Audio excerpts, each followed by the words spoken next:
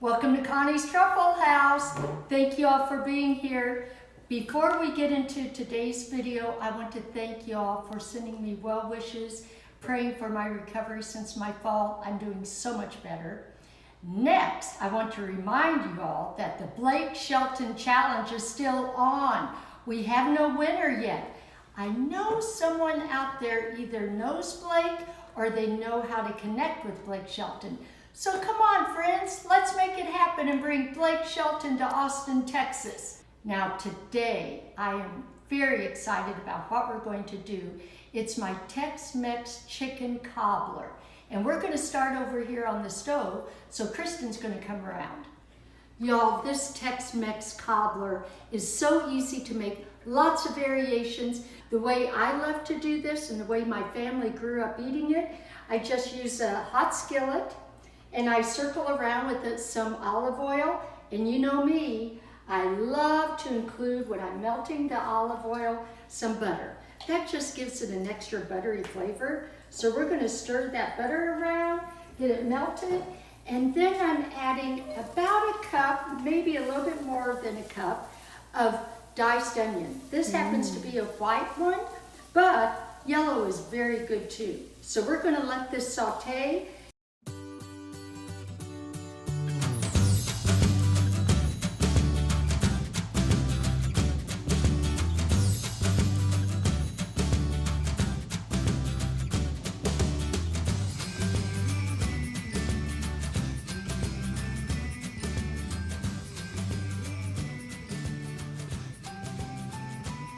The onions are perfectly tender, they're transparent, and now this is where it's up to you what you like in your Tex-Mex cobbler.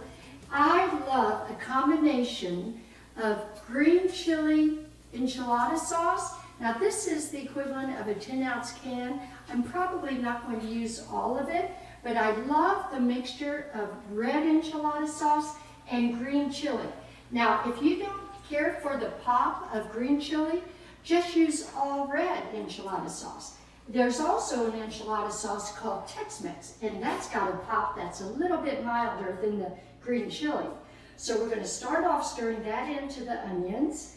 And then next, this is a can of Rotel tomatoes. It's the original. You know, Rotel has about 200 different kinds. I just like the original. And then we're going to add a can of black beans that I drained well. And once again, change this up. If you have favorite things, go right ahead. Now, what I want to tell you about the chicken, y'all, if you don't have time to cook some chicken in the skillet and shred it, just buy a rotisserie chicken at the store. They're delicious, and shred it yourself. I have a combination of shredded chicken that I made on the skillet this morning with some Tony Chachere to give it a little bit of pop. And then I got a rotisserie chicken and shredded off the white meat. So I'm going to have a combination of skillet chicken and rotisserie, and I'm hoping that Tony's, when I cooked the skillet chicken, will just add some extra flavor. So now we're going to stir this around and add the herbs and the other ingredients that will make this have so much flavor, you will just serve it every day. We've got chili powder, and again, all the measurements to the ingredients will be on the blog. Cumin, and dried oregano, salt, and some freshly ground pepper. So we'll get that all stirred around. Y'all, this is so easy.